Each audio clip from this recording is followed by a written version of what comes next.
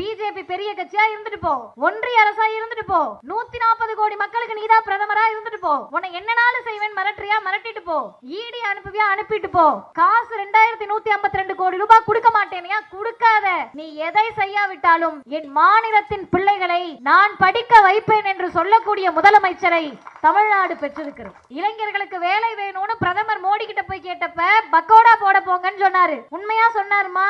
நீங்க போய் யூடியூப்ல தேடினீங்கன்னா கிடைக்கும். உள்துறை அமைச்சர் அமித்ஷா எல்லாரும் அவரை பத்தி பேசினாங்க. அமித்ஷா இல்லங்க, ஷா ஷோ என்ன வந்தாலும் தமிழ்நாட்டில் பிஜேபி ஒத்த சீட்டு வாங்க முடியாது. வாங்க முடியாதுன்னு தெரிஞ்சுதான் அதிமுக கூட வராங்க. அதிமுகவும் ஒத்த சீட்டு வாங்க முடியாது, ஏன்னா நீ பிஜேபி கூட இருக்க. அவர்கள் அமித்ஷாட்ட போய் கேட்டாங்க, எங்க 2 கோடி பேருக்கு வருஷத்துக்கு வேலை தருவேன், தரலையேன்னு கேட்டா உள்துறை அமைச்சர் அமித்ஷா பதில் சொன்னார், ஜும்லா. சும்மா சொன்னாங்களாம். எந்த நாட்டிலாவது இந்த நகைச்சுவை நடக்குமா, இந்த கேலி கூத்து நடக்குமா, இதை மக்கள் நம்புவார்களா? அந்த நேரத்தில் தான் இளைஞர்கள் வேலை வாய்ப்பை தேடுகிற போது கடந்த வாரம், போன வாரம், நான் 20 வருஷம் 30 வருஷம் முன்னாடி எல்லாம் போல, போன வாரம் ஒரு செய்தி வந்திருக்கிறது இந்தியா டுடேல. இந்தியாவிலேயே உற்பத்தி துறையிலே முதல் மாநிலமாக இருப்பது தமிழ்நாடு தான். விதை யார் போட்டது? நீங்க எல்லாரும் போன் வச்சிருப்பீங்க. தொழில்நுட்பத்துறை, செருப்பு போட்டிருப்போம், செருப்பு தயாரித்தல் துறை, பொறியாளரா இருப்பீங்க, இன்ஜினியர்ஸா இருப்பீங்க, பொறியியல் பொருட்கள் துறை, இந்த எல்லா துறையிலும் உற்பத்தி செய்வதில், ஏற்றுமதி செய்வதில் முதன்மை மாநிலம் தமிழ்நாடு. இந்த இடத்துக்கு இந்தியா வர்றதுக்கு இன்னும் 20 வருஷம் ஆகும். 10 வருஷத்துல மோடி என்ன செஞ்சார் உற்பத்தி துறையில்? ஒன்னும் கிடையாது. 16% இப்பதான் வந்திருக்காங்க. தமிழ்நாடு எவ்வளவு சதவீதம் தெரியுமா? 25%. அருமை சகோதரர்களே, சகோதரர்களே, இளைஞர்களே, இந்த முதல்வர் வெளிநாடுகளுக்கு சுற்றுப்பயணம் போறார். மோடியும் வெளிநாட்டுக்கு சுற்றுப்பயணம் போறார். மோடி வெளிநாட்டுக்கு போறது சுற்றுப்பயணம். நம்முடைய தமிழ்நாட்டின் முதலமைச்சர் வெளிநாடுகளுக்கு செய்வது தொழில்களை, முதலீட்டாளர்களை முதலீடு செய்வதற்கு. இன்றைக்கு இந்தியாவில் 9.6% பொருளாதார வளர்ச்சியை கொண்ட முதன்மை மாநிலம் தமிழ்நாடு தான். இப்ப நீங்கெல்லாம் என்னை பார்த்து கேட்கணும், எங்க கல்வியில சிறந்த தமிழ்நாடுன்னு டேட்டா சொல்றீங்க, வேலை வாய்ப்பில் சிறந்த தமிழ்நாடுன்னு டேட்டா சொல்றீங்க, பொருளாதார வளர்ச்சியில் சிறந்த தமிழ்நாடுன்னு டேட்டா சொல்றீங்க. ஆனா எங்க கிட்ட எங்க ஊர்க்காரவங்க, இந்த வாட்ஸ்அப்ல வர்றது, மேடையில ஏறி பேசுறவங்க, அதிமுக காரவங்க, பிஜேபி காரவங்க எல்லாம் தமிழ்நாடு நாசமா போயிடுச்சுன்னு சொல்றாங்களே, எது உண்மை? 2 உண்மை. எப்படி 2 உண்மையா இருக்க முடியும்? தமிழ்நாடு கல்வியில் சிறந்திருக்க வேண்டும் என்பது திராவிடர் இயக்கத்தின், தந்தை பெரியாரின், பேரறிஞர் அண்ணாவின், முத்தமிழறிஞர் டாக்டர் கலைஞரின், தமிழ்நாட்டு முதலமைச்சரின், நம்மை போன்ற ஏழை எளிய நடுத்தர வர்க்க மக்களுடைய உடன்பிறப்புகளினுடைய எண்ணம். இது நிறைவேறியிருக்கு. அடிமை அதிமுக, பாசிச பிஜேபி, வர்றவங்க போறவங்க, புதுசா கட்சி ஆரம்பிச்சவங்க, இவர்கள் அனைவருடைய எண்ணமும் RSS கொள்கையை நிறைவேற்றுவது, தமிழ்நாடை கல்வியிலும் வேலை வாய்ப்பிலும் நாசமாக்குவது. அப்ப அவங்க சொல்றதுல சின்ன திருத்தம் என்னன்னு கேட்டீங்கன்னா, தமிழ்நாடு நாசமா போனோம் நாங்க நினைக்கிறோம்ப்பா, இந்த பாலாய் போன திமுக விடமாட்டேன்னு தடுத்து நிறுத்திக்கிட்டு இருக்கு, அதனால் இவர்களை நாங்கள் தோல்வி அடைய வைக்கிறோம். வச்சிட முடியுமா? ஒரு கட்சியை 5 வருடம் ஆண்ட ஒரு கட்சியை 5 வருஷம், நான் அடுத்த வருஷத்தை சேர்த்து சொல்றேன், இந்த முதல்வரை எப்படியாவது தோற்கடிக்கணும்னு நினைக்கிறல்ல, நினைக்கக்கூடிய உங்களுடைய எண்ணம் என்ன என்று சொன்னால், திமுகவை தோற்கடிப்பேன் என்று சொல்லுவதோ, தமிழ்நாட்டின் முதலமைச்சரை தோற்கடிப்பேன் என்று சொல்லுவதோ, இவர்களை வீழ்த்துவேன் என்று சொல்லுவதோ, அருமை சகோதரர்களே, சகோதரிகளே, ஆற்றல் வாய்ந்த இளைஞர்களே, பொதுமக்களே, அதிமுகவின் சகோதரர்களே, பிஜேபியில் இருக்கக்கூடிய பெற்றோர்களே, நீங்களும் பிள்ளைகளை பெற்றவங்க தானே, கரவேசிக்காக காவிய கட்டிக்கிட்டாலும் உங்க புள்ள தானே, அப்ப உங்களுக்கும் அது தோணணும்ல. அவங்களுக்கும் சேர்த்து சொல்லுகிறேன், நீங்கள் திமுகவையும் முதல்வரையும் வீழ்த்துவேன் என்று சொல்லுவது, ஒழிப்பேன் என்று சொல்லுவது, மகளிர் உரிமை தொகையை ஒழிப்பேன் என்ற அர்த்தம், புதுமை பெண் திட்டத்தை ஒழிப்பேன் என்ற அர்த்தம், காலை உணவு திட்டத்தை ஒழிப்பேன் என்ற அர்த்தம், நான் முதல்வன் திட்டத்தை ஒழிப்பேன் என்ற அர்த்தம். தமிழ்நாட்டு மக்கள் விழிப்புணர்வு பெற்றவர்கள். கடவுள் நம்பிக்கை இருக்குமா? இருக்கும். கோயிலுக்கு போய் கூழு ஊத்துவாங்களா? ஊத்துவாங்க. மாரியம்மன் கோவிலுக்கு போய் காசு கொடுப்பாங்களா? கொடுப்பாங்க. சாமி ஆடுற மாதிரி ஆடுவாங்களா? ஆடுவாங்க. எல்லாம் பண்ணுவாங்க. ஓட்டு யாருக்கு போடுவாங்கன்னா உதயசூரியன்ல வந்து குத்திடுவாங்க. எதுக்குன்னு கேட்டா, எங்களுக்கு கோவில் இந்த மக்களுக்கு முக்கியமாக இருக்கலாம். உட்கார்ந்திருக்கக்கூடிய என்னுடைய சகோதரிகள், இந்து சகோதரர்களுக்கு கடவுள் முக்கியமானவர்களாக இருக்கலாம். ஆனால் இங்க இருக்க எங்க எல்லாருக்கும், தமிழ்நாட்டில் இருக்க கடைகோடி பெற்றோருக்கும் கோயிலும் கடவுளையும் விட கல்வியும் மருத்துவமும் வேலை வாய்ப்பு முக்கியம். அதை தரக்கூடியதாக திராவிட முன்னேற்ற கழகம், திராவிடர் இயக்கம் இருக்கிறது என்று சொன்னால், எங்கள் கழக தலைவர் ஆசிரியர் இன்றைக்கு காலையில் சொல்லி இருக்கிறார், அமித்ஷாவோ காட்ஸோவோ எதை நடத்தினாலும் திமுக கூட்டணியை ஒருவராலும் வீழ்த்த முடியாது. 5 செய்தி மட்டும்தான் நான் சொல்ல போறேன். முதல் செய்தி என்னன்னு பாத்தீங்கன்னா, முத்தமிழறிஞர் கலைஞருக்கு 102வது பிறந்த நாள் விழா. எனக்கு முன்னாடி நிறைய பேர் பேசினாங்க. எல்லாருடைய பெயரையும் சொல்ல வேண்டும் என்று எனக்கு அவ்வளவு ஆசையாக இருந்தது. ஏன்னா 1 மணி நேரத்திலிருந்து 1.5 மணி நேரத்திற்கு மேலாக அத்துணை பேரும் தலைவர் கலைஞருடைய புகழையும் தமிழ்நாட்டினுடைய முதல்வருடைய புகழையும் அவரவர் பாணியில் பேசினார்கள். பேசின எல்லாரையும் நீங்க நோட் பண்ணியிருப்பீங்க. அவங்க ஒருமித்த குரலாக சொன்ன ஒரே செய்தி, எங்களை வாழ வைத்தது இந்த திராவிட இயக்கம்தான், இந்த இயக்கம்தான் எங்களை வாழ வைத்தது. பேசினவங்க யாரும் மிட்டா மிராசுதார் இல்லை, பேசினவங்க யாரும் கோடீஸ்வரர்கள் இல்லை, பேசினவங்க யாருமே எனக்கு தெரிந்து மிகப்பெரிய அளவில் கட்சியின் மூலமாக லாபம் அடைந்தவர்களாக இருக்கக்கூடியவர்கள் அல்ல. அப்படி இருக்கக்கூடியவர்கள் எந்த உணர்வோடு பேசினார்கள்னு சொன்னா எனக்கே வியப்பா இருந்தது. ஏன்னா நிறைய கூட்டத்துக்கு போவோம், ஒன்றிய செயலாளரை பற்றி நீங்க நிறைய சொன்னீங்க. அப்புறம் தான் நான் அவரோட பேர் எடுத்து திரும்ப பார்த்தேன், மீவே கருணாகரன் இருந்துச்சு. அவர் இந்த பகுதியில் மீட்பு வேலை செய்யக்கூடிய கருணாகரனாக இருந்திருக்கிறார். எல்லா இடங்களுக்கும் ஓடி போய் செய்யக்கூடியவர்களாக இருந்திருக்கிறார். அப்படி ஒரு ஒன்றிய செயலாளர் ஒரு வேலையை செய்வதற்கு முனைகின்ற போது அதற்கு தடை போடாமல் உடனிருப்பவராக உங்களுடைய சட்டமன்ற உறுப்பினர், மாவட்ட கழக செயலாளர் இருந்திருக்கிறார். அப்ப இவர்களை போன்றவர்கள்லாம் இப்படி கூட்டம் நடத்துறாங்க. உங்களுக்கு தெரியுமான்னு தெரியல, பல லட்சக்கணக்கான செலவுகள்ல தான் நலத்திட்ட உதவிகள்ல இருந்து கூட்டம் வரைக்கும் நடக்கும். இப்படி உங்க எல்லாரையும் கூட்டிட்டு வந்து, அது அவர் சொன்னாரு, நாங்க இவங்க தான் பேசணும்னு கேட்டு இந்த தேதி வாங்கணும்னாரு. என்ன அவசியம்? யாருமே பேசாம வந்த உடனே நலத்திட்ட உதவிகளை கொடுத்துட்டு அனுப்புறது தான் அவங்களுக்கும் ஈஸி, உங்களுக்கும் ஈஸி. அதை தாண்டி நானும் இல்லை, எல்லா இடத்திலும் ஏதாவது ஒரு பேச்சாளரை கூப்பிட்டு கலைஞர் செய்ததை, இந்த இயக்கம் செய்ததை, முதல்வர் செய்ததை சொல்ல வேண்டிய அவசியம் என்ன வந்துச்சு அப்படின்னு கேட்டீங்கன்னா, இன்னைக்கு புள்ள பிடிக்கிற கூட்டம் மாதிரி இளைஞர்களை பல பேர் ஏமாத்தி பொய் சொல்லி டான்ஸ் ஆடி பாட்டு பாடி ஒரு பக்கம், இன்னொரு பக்கம் வாயை திறந்தா பொய் மட்டும் பேசுற கூட்டம், இன்னொரு பக்கம் இளைஞர்களை கலவரத்திற்கு அழைக்கிறார்கள், வெளிப்படையாக அழைக்கிறார்கள். அப்படி ஒரு கூட்டம். நான் யாரை சொல்றேன்னு உங்களுக்கு தெரிஞ்சிருக்கும். இந்த எல்லா கூட்டத்திற்கும் மத்தியில் தான் ஒரு தலைவருக்கு 102வது பிறந்த நாள் நிகழ்ச்சியில 2 மணி நேரம் கூட்டம் நடந்தாலும் சரி, 3 மணி நேரம் நடந்தாலும் சரி, விடிய விடிய நடந்தாலும் சரி, கலைஞரை பற்றி பேசுவதற்கு வருடத்தில் 365 நாட்களும் செய்திகள் இருக்கிறது. இப்படி என்னங்க செஞ்சிட்டாரு? முதல் விஷயம், பேசக்கூடிய மதிவதனி திராவிடர் கழகத்தை சார்ந்தவர், நாத்திகர், கடவுள் மறுப்பு கொள்கை கொண்டவர். இது எதுவும் அதிசயம் கிடையாது. யாராவது நாளைக்கு உங்க ஊர்ல வேற நிறைய கோவில் திருவிழான்லாம் சொன்னாங்க, நாளைக்கு கூட வாட்ஸ்அப்ல வரலாம், மதிவதனையை அழைத்து வந்து நிகழ்ச்சி நடத்தி இருக்கிறார்கள் இந்து மத விரோதிகள்லாம் சொல்லலாம். இது ஒன்றும் அதிசயம் கிடையாது. நானும் தெரியும், இங்க இருக்க எல்லாருக்கும் தெரியும். மதிவதனி பேசுறேன், கூட்டத்துல யார் அமர்ந்திருக்கான்னு கேட்டா, வந்த உடனேயே பார்த்தேன் முன் வரிசையிலும் 2வது வரிசையிலும் அங்கங்க ஹிஜாப் அணிந்து புர்கா அணிந்து இஸ்லாமிய சகோதரிகள் அமர்ந்திருக்கிறார்கள். இந்த இஸ்லாமிய சகோதரிக்கு பக்கத்துல அம்மா என்ன போட்டு உட்கார்ந்துருக்காங்கன்னா, நெத்தியில கேப்பே இல்லாம குங்குமம் தின்னூறு எல்லாம் உட்கார்ந்துருக்காங்க. அவங்களோட இந்து சகோதரி, இஸ்லாமிய சகோதரி, இவர்களோடு இணைந்து பேசக்கூடிய மதிவதனி நாத்திகர். இதுதான் தமிழ்நாடு என்பதை பல ஷாக்களுக்கு சொல்ல வேண்டிய தேவை நமக்கு இருக்கிறது. அப்ப எங்க எல்லாரையும் பிரிச்சு இவங்க இந்து, இவங்க கிறிஸ்தவர், இவங்க இஸ்லாமியர், இவங்க நாத்திகர் அப்படின்னு புரளிய கிளப்பி மதக்கலவரம் தூண்டுறப்ப ஒரு தலைவர் சொல்றாரு. என்ன சொல்றாருன்றதுக்கு முன்னாடி, எங்களுக்கு காஃபி கொடுத்தாங்க, நீங்க பாத்தீங்க, கிளாஸ்ல கொடுத்தாங்க. நானும் அதே கிளாஸ்ல தான் குடிச்சேன், என் பக்கத்துல அண்ணனும் அதே கிளாஸ்ல தான் குடிச்சாரு, பின்வரிசையிலே அதே கிளாஸ்ல தான் குடிச்சாங்க. ஆனா ஒரு 70-80 வருஷத்துக்கு முன்னாடி இரட்டை குவளை முறைன்னு இருக்கும். உயர் வகுப்புன்னு அவங்களே நினைச்சுக்கிறவங்களுக்கு ஒரு கிளாஸ், இளைஞர்கள் தெரிஞ்சுக்கணும் எந்த இயக்கத்தோட கூட்டத்துல வந்து நம்ம உட்கார்ந்துருக்கோன்னு. கீழ் ஜாதி என்று இவர்களாக மனிதர்களை பிரித்து அவங்களுக்கு கொட்டாங்குச்சியில கொடுப்பாங்க. அது எதை காட்டும்னு கேட்டா, நான் மேலானவன், நீ கீழானவன். தப்பி தவறி நீங்க ஜாதியை விட்டு இன்னொரு ஜாதிக்கார போய் அண்ணன் தம்பின்னு கூப்பிட்டுட்டா வெட்டு குத்து நடக்கும். ஒரு தெருவுக்கும் இன்னொரு தெருவுக்கும் பிரிவினை இருக்கும். கோவிலுக்குள்ள போற ஜாதி போக முடியாத ஜாதின்னு இருக்கும். இது ஒரு பக்கம். ஜாதியால் மனிதர்களை பிரித்து, மதத்தால் மனிதர்களை பிரித்து இருந்த காலகட்டம்.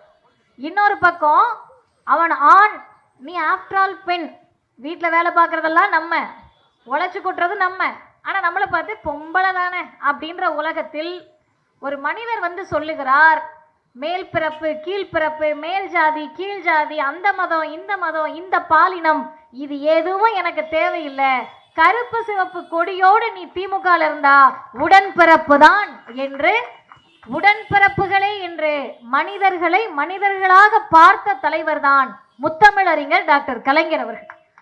அந்த தலைவர் யாரை தன்னுடைய தலைவராக ஏற்றுக்கொண்டார்னு சொன்னா, இன்னைக்கு நம்ம சொல்றோம்ல, இந்து மதத்தினுடைய விரோதிகள்னு எங்களை எல்லாம் பார்த்து, ஏன் வெளியே நிக்கிற, உன் சாமி தானே, உனக்கு நம்பிக்கை இருக்க சாமி தானே, உனக்கு பிடிச்ச சாமி தானே, நீ போய் உன் சாமியை கும்பிடலன்னா யாரு கும்பிட போறா, எல்லா ஜாதி மக்களையும் கருவறைக்குள்ள கூட்டிட்டு போன்னு சொன்ன பகுத்தறிவு பகலவன் தந்தை பெரியாரை தான் தலைவர் கலைஞர் தலைவராக ஏற்றுக்கொண்டார். இன்னொன்று உங்களுக்கு சொல்றேன், இப்படி இருக்கக்கூடிய சமூகத்தில் ஏதாவது பிரிவினையை ஏற்படுத்தி விடலாமா அப்படின்னு பிஜேபி கங்கணம் கட்டிக்கிட்டு இருக்கிறப்பதான் நம்மை போன்றவர்கள், படித்த இளைஞர்கள் இன்றைக்கு சூழலை புரிஞ்சுக்கணும். நமக்கு பார்ப்பதற்கு கவர்ச்சிகரமாகவோ, பேசுவதற்கு அப்பா நல்லா கைய ஆட்டி பேசுறாங்களே, பஞ்ச் டயலாகா பேசுறாங்களே, திரையில தெரிகிறதெல்லாம் தரையில தெரியுதே அப்படின்னு நினைச்சோம்னா, உங்களுக்கு சொல்லுகிறேன், நிறைய பேருக்கு தெரியும், தெரியாதவங்க யாரும் இருக்க மாட்டீங்க. திரைப்படத்தில் ஸ்டண்ட் மாஸ்டர் வச்சுதான் சண்டை காட்சி வரும், சொந்தமாலாம் யாரும் சண்டை போட மாட்டாங்க. ஆனால் ஒரு மனிதர் சாகின்ற நொடி வரை ஸ்டண்ட் மாஸ்டரோட எந்த உதவியும் இல்லாமல் இந்திய துணை கண்டத்தோடு சண்டை போட்டாருன்னா அது முத்தமிழறிஞர் கலைஞர் தான். எல்லாத்துக்கும் சண்டைங்க. இன்னைக்கு நம்ம இங்க வந்து உட்கார்ந்துருக்கோம், யங்ஸ்டர்ஸ் இருக்கீங்க, எனக்கு பார்ப்பதற்கு ஏன் தெரியுமா மகிழ்ச்சியா இருக்கு, நீங்க யாரும் என் சொந்தக்காரங்க கிடையாது, நீங்க எந்த ஊருன்னு கூட எனக்கு தெரியாது, உங்க யார் பேரும் தெரியாது, ஆனால் நீங்க படிச்சு டிகிரி வாங்கிட்டீங்கன்னு சொன்னா எங்களை விட மகிழ்ச்சி அடைவதற்கு உங்க பெற்றோராலேயே முடியாது. எதுக்கு? எங்கேயோ இருந்து வந்த மதிவதனைக்கும் உங்க மாவட்ட செயலாளருக்கும் திமுகவினுடைய தலைவருக்கும் தமிழ்நாட்டோட சிஎம்முக்கும் நீங்க படிக்கிறதுனால இவங்களுக்கு என்னங்க சந்தோஷம், நாங்க எதுக்கு சந்தோஷப்படணும்னா காரணத்தை சொல்லுகிறேன். இதுதான் இரண்டாவது செய்தி. அருமை சகோதரிகளே, கடைசி வரைக்கும் நான் பார்க்குறேன் பெண்கள் தான் நிறைய இருக்கீங்க. அப்படி இருக்கிறப்ப இன்னைக்கு நான் காரில் வரப்போ தான் பார்த்தேன் வாட்ச் கட்டலை. நான் உடனே காரில் ஏறி கொஞ்சம் தூரம் வந்துட்டேன். எனக்கு கொஞ்சம் உடல்நிலை வேற சரியில்லை, அது இதுன்னு அந்த குழப்பத்திலே ஏறி வந்துட்டேன். நேரம் பார்க்க முடியாதுன்ட்டு சரி ஃபோன் தான் கையில் இருக்கேன்னு வந்துட்டேன். வர்றப்ப எனக்கு ஒன்று தோணுச்சு, இன்னைக்கு தான் வாட்ச்சு. 50 வருஷம் 100 வருஷத்துக்கு முன்னாடிலாம் நம்ம தாய்மார்கள் பெருசாக வாட்ச் கட்டியிருக்க மாட்டாங்க. இன்னைக்குமே நம்மளோட அம்மா பாட்டியெல்லாம் வாட்ச் கட்டுற பழக்கம்லாம் இருக்காது. நேரங்காலம் பார்க்காம வேலை பார்ப்பீங்க.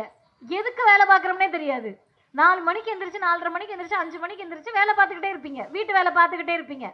எல்லாம் செஞ்சு ஓஞ்சு உட்காடுறப்ப வீட்டுக்கார் வந்து சும்மா தானே இருக்க, இந்த ட்ரெஸ்ஸை துவைச்சு வச்சிருக்க முடியாதான்னு கேட்பாரு, சும்மா தானே இருக்க, இந்த செல்ஃபை துடைக்க முடியாதான்னு கேட்பாரு. பெத்தது அதை விட டபுள் மடங்கு இருக்கும். அம்மா சும்மா தானே இருந்தேன், இதை செய்யக்கூடாதாம்மா அப்படின்னு வந்து கேட்கும். அப்ப காலங்காலமா நேரம் காலம் பார்க்காமல் நேரம் போறதே தெரியாதுங்க. காலைல கோழி கூவனோட வேலை பார்க்க ஆரம்பிப்பாங்க, ராத்திரி இருட்டின உடனே இருட்டிருச்சு போலையா தூக்கம் வருதுன்னு தூங்கிடுவாங்க. இப்படி வேலை பார்த்து கொண்டிருந்த தாய்மார்கள் எதுக்குமா வேலை பார்க்குறீங்க, நீங்க பார்க்கறது இல்லாம வீட்டில் இருக்க பொம்பளை பிள்ளையும் உசுர வாங்குறீங்களே, என்னதான் பிரச்சனைன்னு கேட்டா அந்த தாய்மார்கள் சொன்னார்கள், போற இடத்துல திட்டு வாங்கிடக்கூடாதுல்ல, போற இடத்துல சண்டை வாங்கிடக்கூடாதுல்ல, போற இடத்துலன்னாங்க. இவங்களுக்குலாம் என்னதான் பிரச்சனைன்னு கேட்டப்பதான் சொன்னாங்க, பொம்பளை பிள்ளைய பெற்றுக்கிறதே நல்ல இடத்துல கல்யாணம் பண்ணி வைக்கதான், ஒருத்தன் கையில பிடிச்சு கொடுக்கதான், அது கூட அந்த பிள்ளையா பிடிக்க கூடாது, இவங்க பிடிச்சு கொடுப்பாங்க. அந்த சமூகத்தில் ஒரு தலைவர் சொன்னார், வீட்டுல 4 ஆம்பளை பிள்ளை ஒரு பொம்பளை பிள்ளை இருந்தா இந்த 4ஐயும் படிக்க வைக்கிறதுக்கு முன்னாடி அந்த ஒத்த பொம்பளை பிள்ளைய படிக்க வை, உன்னையும் பார்த்துக்கும் சமூகத்தையும் பார்த்துக்கும் சொன்ன தலைவர் தந்தை பெரியார். தந்தை பெரியார் சொன்னார், செய்வதற்கு தலைவர் வேணும்ல, செய்து காட்டுவதற்கு முதல்வர் வேணும்ல, யார் செஞ்சா? கலைஞர் பார்க்கிறார், ஊர் ஊராக கிராமம் கிராமமாக தெரு தெருவாக பார்க்கிறார். இளைஞர்கள் நல்லா கேட்டுக்கங்க, எப்படினாலும் கல்யாணம் தான் பண்ணி வைக்க போற, அதனால படிப்பை நிறுத்துற. அப்ப இந்த மண்ணின் மைந்தராக உங்க எல்லாருடைய மனசையும் புரிஞ்ச கலைஞர் சொல்லுகிறார், 8வது வரைக்கும் பொம்பளை பிள்ளைய படிக்க வச்சனாதான் திருமண உதவித்தொகையை தருவேன், 10வது வரைக்கும் படிக்க வச்சனாதான் தருவேன்.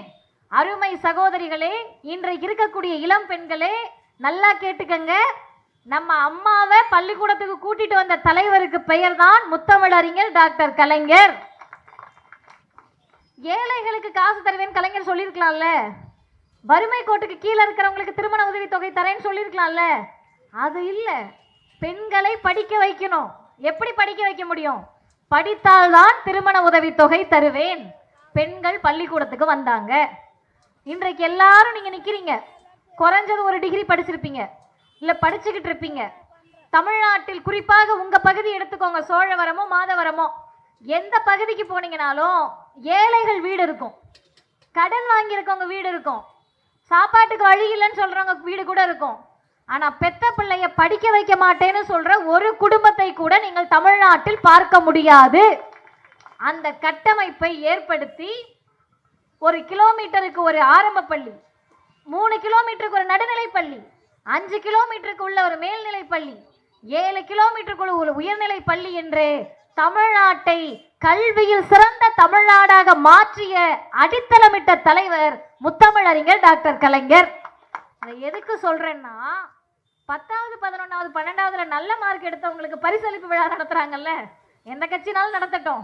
10வது 11வது 12வதுக்கு பரிசளிப்பு விழா எல்லா பிள்ளைகளையும் கூட்டி உட்கார வச்சுக்கிட்டு தமிழ்நாடு சிஸ்டம் சரியில்லை, சிஎம் என்ன பண்ணிக்கிட்டு இருக்காரு, அப்படி இப்படின்னு பொய்யா பஞ்ச் டயலாக் பேசுறாங்கல்ல, அவங்க கிட்ட நீங்க நினைவுபடுத்த வேண்டிய செய்தி, தலைவர் கலைஞரும் தந்தை பெரியாரின் கனவும் பேரறிஞர் அண்ணாவின் இருமொழி கொள்கை சட்டமும் இந்த திராவிடர் இயக்கமும் இன்றைக்கு தமிழ்நாட்டின் முதலமைச்சருடைய ஆக பெரிய உலகம் வியக்கும் கல்வி திட்டங்களால் தான் 10வது 11வது 12வதுக்கு பரிசு கொடுக்க முடியுது. அப்புறம் எப்படி சார் கல்வி சிஸ்டம் நல்லா இல்லாம இருக்கும்? கல்வி சிஸ்டம் நல்லா இருக்கனால தானே பரிசு கொடுக்க முடியுது. கல்வி சிஸ்டம் நல்லா இருக்கிறதுனால தான் உங்களால பிள்ளைகளெல்லாம் கூப்பிட முடியுது. இது 2வது செய்தி. 3வது முக்கியமான செய்தியை சொல்லுகிறேன். அருமை சகோதரிகளே, நான் உங்க எல்லாரையும் பார்க்கிறேன், கடுப்புல தான் இருக்கீங்க. 9 மணி ஆயிடுச்சு. ஆண் தோழர்கள், இந்த இளைஞர்கள், மேடையில் இருக்கவங்களாம், நான் பந்தயம் கட்டி சொல்றேன், 10 மணிக்கு மேல ஆனாலும் டயர்டாக மாட்டாங்க. ஏன்னா 10 மணிக்கு மேல உங்களுக்கு வீட்டில் போய் செஞ்சு வச்சதை சாப்பிட்டுட்டு தூங்குற வேலை மட்டும்தான். ஆனா உங்களுக்கு தான் போய் செய்யற வேலை. அப்படிதானேக்கா? அப்படிதானேம்மா? இப்போ உங்க கடுப்பு எனக்கு புரியுது. ஆனா ஒண்ணு மட்டும் சொல்லுங்க, 5000 ரூபாய் பெட்டு கட்டுறேன் நிக்கிற அண்ணனுங்க, நீங்க பெற்றோர்கள் யாருனாலும் சொல்லலாம், இளைஞர்கள் கூட சொல்லலாம், உண்மையாக மேடையிலேயே காசு கையில் எடுத்துட்டு வரல, ஜிபே பண்ணிடுறேன். என்னன்னு கேட்டீங்கன்னா, இங்க இருக்க யாராவது ஒரே ஒரு பெற்றோர், என் புள்ள என்ன மாதிரியே படிக்காம இருக்கட்டும், என் புள்ள பிஜேபிக்கு போய் கலவரக்காரனாகட்டும், என்னமா ஆகட்டும், நாசமா போட்டும், எனக்கு கவலையே கிடையாது, என் புள்ள படிக்க வேணாம் அப்படின்னு சொல்ல யாராவது ஒருத்தர் இருந்தீங்கன்னா தயவு செய்து கை தூக்குங்க. கை தூக்க சொன்னா கை தட்டுறீங்கல்ல, அது என்ன தெரியுமா அர்த்தம்? ஏம்மா உனக்கு ஏதாவது ஆயிடுச்சா, பெத்த பிள்ளைய அப்படி நினைக்கிறதுக்கு நாங்கெல்லாம் ஏதாவதா அப்படின்னு நினைச்சுதானே சொல்றீங்க. அப்ப நம்முடைய எண்ணம் என்னவா இருக்குன்னா, நான் படிக்காதெல்லாம் என் புள்ள படிச்சிடணும் சாமின்னு நினைக்கிறீங்கல்ல. அப்படி நினைக்கிறப்ப நான் வந்ததுல இருந்து பாக்குறேன், உங்க யாரை பார்த்து எனக்கு பரிதாபமா இல்ல, ஒரே ஒரு குழந்தைய பார்த்து எனக்கு ரொம்ப பரிதாபமா இருந்துச்சு. இந்த ப்ளூ ரிப்பன் கட்டி உட்காந்துருக்கேன்ல, எத்தனாவது படிக்கிற பாப்பா? நீதான், சும்மா கை தூக்கி. எத்தனாவது படிக்கிற? எத்தனாவதா படிக்கிற? கை காட்டு, அக்கா காதல் கேட்காதுல, மேடை இருக்கேன்ல. 6. சரி 6. இன்னொரு குழந்தை இருந்துச்சு, அது இது மாதிரி கிடையாது, எஸ்கேப் ஆயிடுச்சு. அந்த பாப்பா இந்த நிக்கிது பச்சை ரிப்பன் கட்டி. எத்தனாவதுமா படிக்கிற? கை தூக்கு. 3 4 2. என்ன 2? சரி. அருமை சகோதரிகளே, சகோதரர்களே, இளைஞர்களே, பொதுமக்களே, இது வரைக்கும் நான் பேசின எந்த செய்தியும் நீங்க கேட்கலனாலும் எனக்கு கவலை இல்லை. இப்போ நான் சொல்ல போறத நல்லா கேட்டுக்கங்க. 2வது படிக்கிற குழந்தை, 6வது படிக்கிற குழந்தை, கை குழந்தையோட உட்காந்துருக்காங்க. ஒரு குழந்தைக்கு ஸ்டேஜ் தெரிலன்னு தூக்கி நிறுத்தி ஒரு அக்கா காட்டிட்டு இருந்தாங்க. இந்த பிள்ளைகள் எல்லாம் என்ன ஆசையோடு தெரியுமா நீங்க வளர்ப்பீங்க? பொம்பளை பிள்ளையோ ஆம்பளை பிள்ளையோ எந்த பாலினமோ, உங்களுக்கு என்ன தெரியுமா கனவு இருக்கும்? இன்னைக்கு நான் சைதாப்பேட்டையில இருந்து வரேன் கேப்ல. அந்த டிரைவர் அண்ணன், நீங்க நம்புறீங்களான்னு தெரியல, நிச்சயமா அவரு, இது யூடியூப் காரங்களாம் வந்திருக்காங்க, ஒரு வீடியோ பார்ப்பாரு. வந்த தொடங்கினதுல இருந்து இங்க வந்து இறங்குற அந்த 1 மணி நேரமும் அவங்க 2 பசங்களை பத்தி மட்டும்தான் பேசிட்டு வந்தார். ஒரு பையன் 5வது, இன்னொரு பையன் 11வது. அரசு பள்ளியில தாமா படிக்க வைக்கிறேன், 5வது வரைக்கும் தனியார் பள்ளியில படிக்க வச்சேன், அரசு பள்ளியே இப்போ பிரமாதமாக இருக்குன்னு சொன்னதுனால நான் அங்கேயே படிக்க வச்சுட்டேன், அதில் படித்து என் பிள்ளைங்க பெரியாள் ஆயிடணும், இது மட்டும்தான் அவரோட கவலையாக இருந்துச்சு. இந்த கவலை பெற்றவங்களுக்கு இருக்கிறதுக்கு அது ஒரு சின்ன சுயநலம் இருக்குங்க.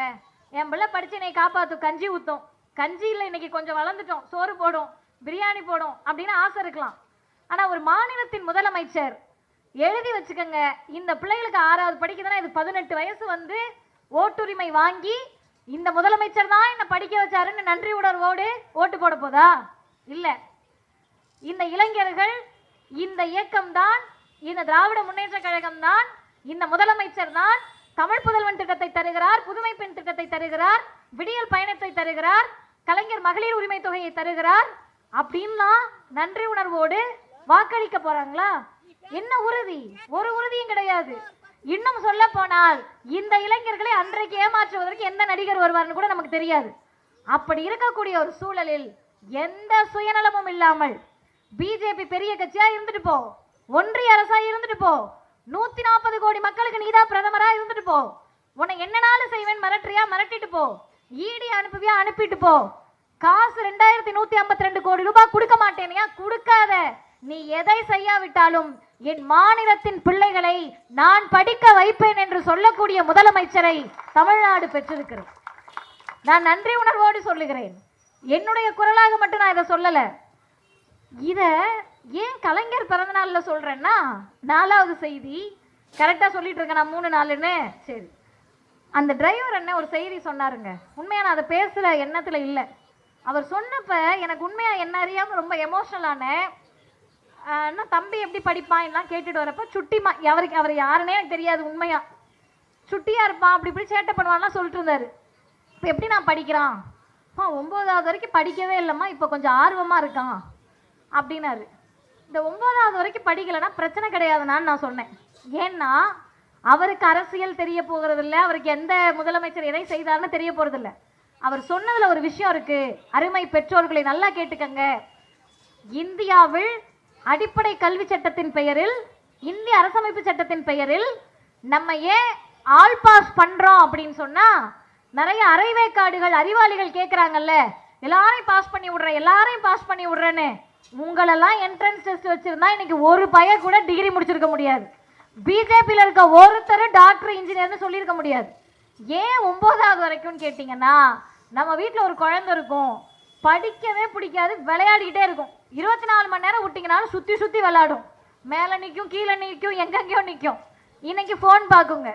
அந்த குழந்தைகளுக்கு 10வது போகிறப்ப தான் இப்படியோ 9வது வரைக்கும் வந்துட்டோம்டா, இந்த 10வது பாஸ் பண்ணிட்டோம்னா டிப்ளமாவாவது சேர்ந்துடலாம், ஐடிஐயாவது சேர்ந்துடலான்னு தோணும்.